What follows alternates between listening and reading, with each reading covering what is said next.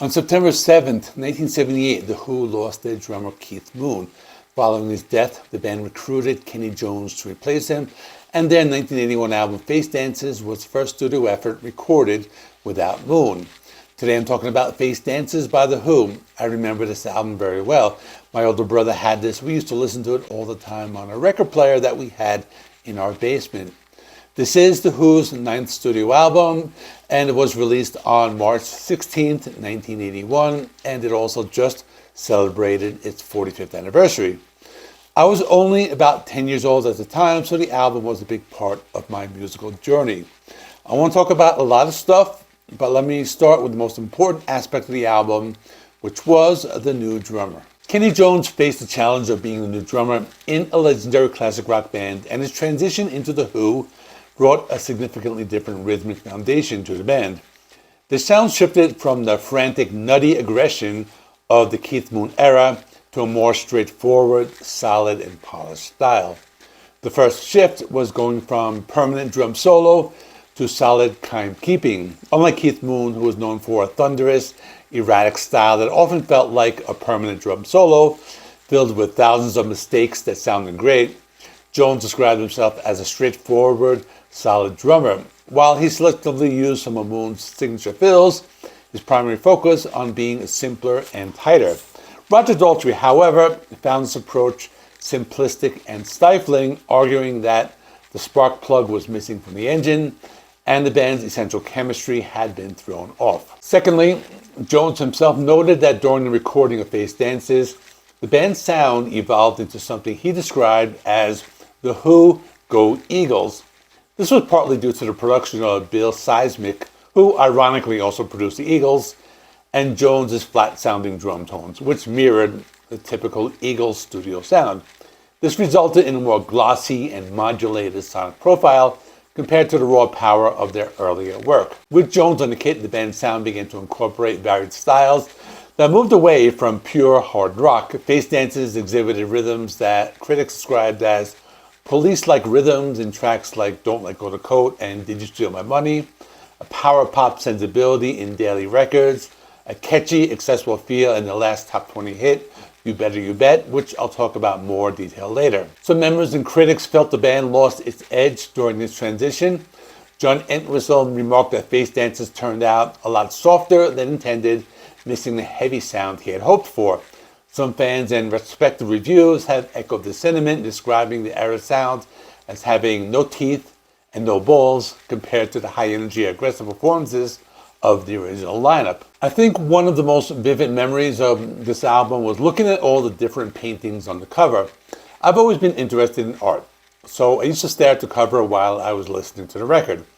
The iconic cover for the Face Dances album was designed and conceptualized by Peter Blake, also well-known for designing the cover of the Beatles' Sgt. Pepper's Lonely Hearts Club Band. He was also a friend of Pete Townshend, and he was commissioned by Pete to create the artwork for the album.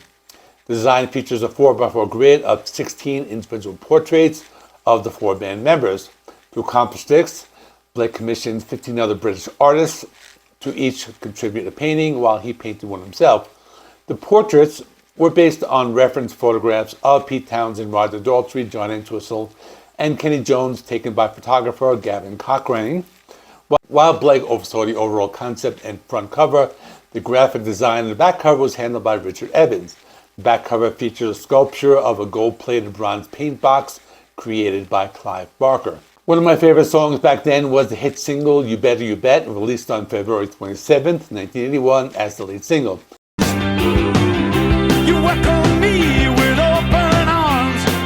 It holds a significant place in the band's history as their first single released after the death of Keith Moon and the first to feature new drummer Kenney Jones.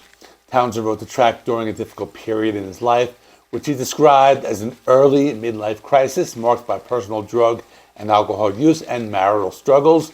He stated the song was specifically inspired by Jacqueline Vickers, a young woman with whom he was having an affair with at the time. He intended it for being a good song because he held Vickers in high regard.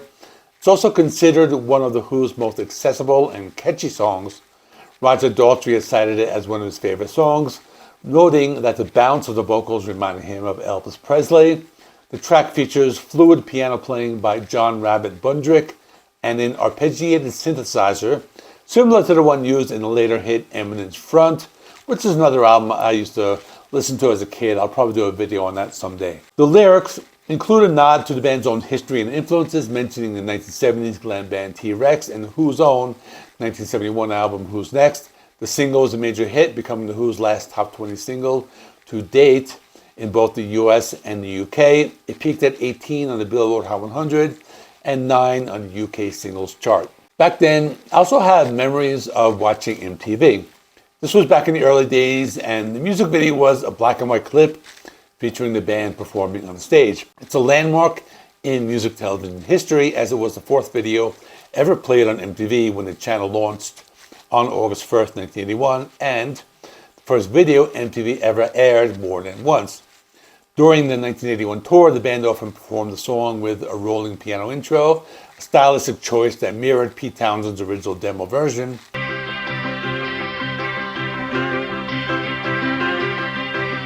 Live versions of the song appeared on various bootlegs from the era, including recordings from Sheffield, London, and Essen, Germany.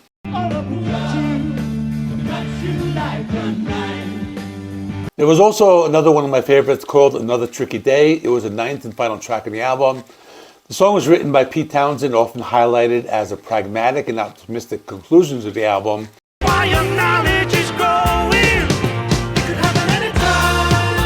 song was inspired by the band's touring keyboardist, John Rabbit Bundrick. Lyrically, the track asserts that there is no social crisis and that perceived dilemmas are simply just another tricky day. Critics have compared its lyrical sentiment to the Rolling Stones' 1969 classic, You Can't Always Get What You Want. The song genuinely received positive reviews from music critics. Rolling Stone editors described it as a defiant yet complex tune and ranked it as The Who's 48th greatest song of all time in 2015.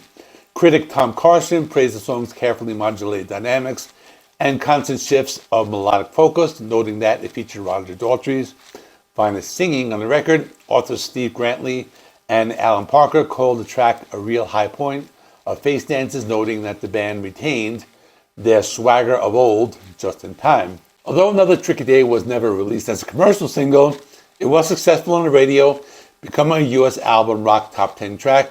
A video was filmed for the song during the same sessions as the videos for You Better You Bet and Don't Let Go the Coat, which I'll talk about next. The song was also included on the UK version of the 2002 compilation album, The Ultimate Collection. The song has a long history in the band's live sets, including the band's 1981 tour, as well as their 2002 and 2004 tours. Not only that, the song was part of the Who's setlist during their 2002 North American tour, and Roger Daltrey also performed it on his 2022 UK solo tour.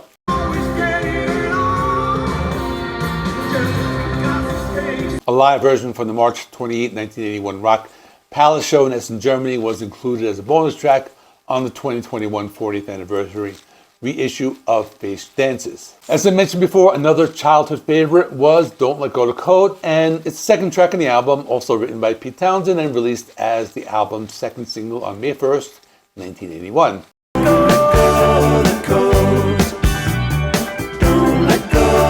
I remember it very well. I used to put on the record and listen to You Better You Bet, and then right after it, it went into Don't Let Go the Coat, so I would listen to those first two songs all the time. And I always thought it was a weird title, Don't Let Go the Coat. I didn't really understand it at the time. The song was inspired by Townshend's spiritual mentor, Meher Baba, lyrically described as breezy track and considered by Townshend to be a quote-unquote nice song. The track is noted for incorporating a sound similar to The Police, or what they were doing at the time. It was a departure from the band's traditional hard rock sound, and Roger Daltrey provided lead vocals on the album version, and some critics noted that Pete Townshend's guitar presence on the album is limited, with his playing described as guest appearance in the middle of a specific song. As a single, it peaked at 84. Music video was filmed for the song during the same sessions as the other two videos that I mentioned, and the song has several alternate releases through various reissues. A previously unreleased alternate take features Pete Townshend on lead vocals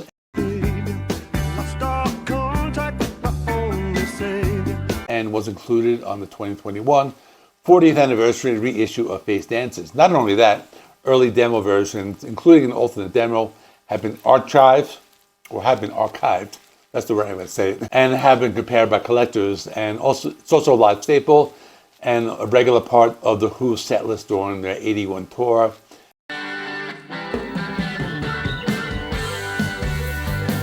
And appears on many different bootleg recordings from that year, including shows in Sheffield, London, Glasgow, and Manchester. And a notable live version was recorded during the band's Rock Palace performance in Essen, Germany on March 28, 1981.